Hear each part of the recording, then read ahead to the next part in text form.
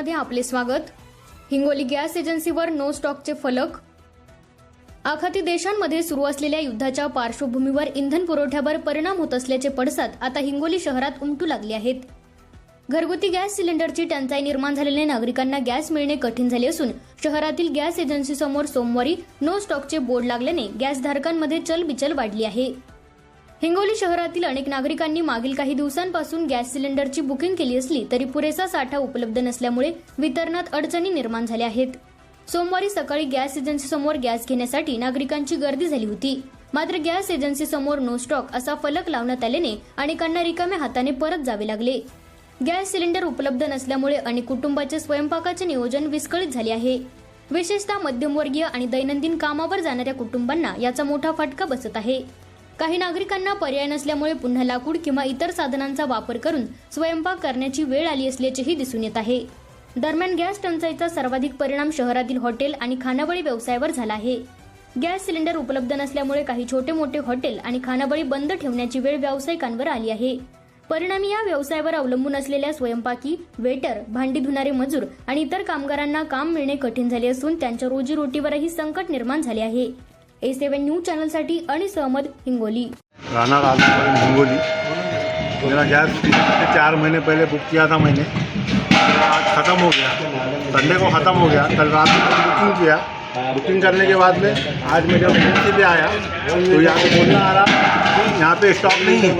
तो ये काफ़ी दिनों से देखना भी हमारे फ्रेंड के साथ में आया था, तब भी ये गैस का बोर्ड लगा हुआ था, गैस नहीं, और ये सूचना है। और गैस हिंगोली के मालक ये आ रहा कि सरकार से, कलेक्टर से कोई मतलब ये नहीं है हमको कि हमारे पास में स्टॉक है या नहीं है। हमारे पास स्टॉक नहीं है तो हम पब्लिक को सीधा इनकार कर दे रहे। तो 10 दिन के बाद में गैस दे रहे। आज अगर मैंने ये बुकिंग किया है तो 10 दिन के बाद मुझे गैस मिलेगा, ऐसा गैस हिंगोली का बोलना आ रहा है। तो तुम क्या चाह रहे हैं बोलने? हमारा बोलना ये है कि 1 या 2 दिन की वेटिंग में हमें गैस मिल सके।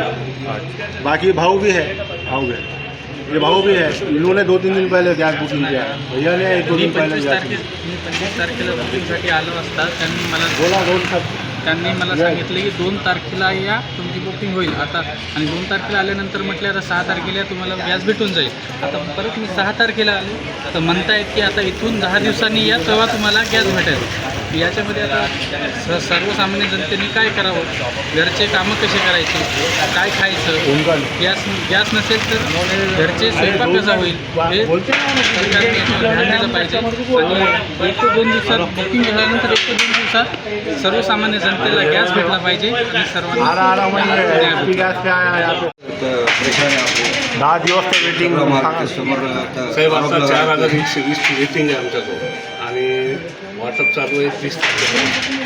आणि जे ग्राहकांनी आता सांगितलं त्यांचं 2 तारीख, 4 तारीख, 6 तारीख, 5 तारीख, 24 तारीख, 24 तारीख वाले 24 तारीख ज्यांचं जे सांगतात त्यांच्या गावात 3दा गाडी जाऊन आली, भेटले नाही। ऐकून घ्या, उसके गाव में दुसरे को मिला तो उसको क्यों नहीं मिला?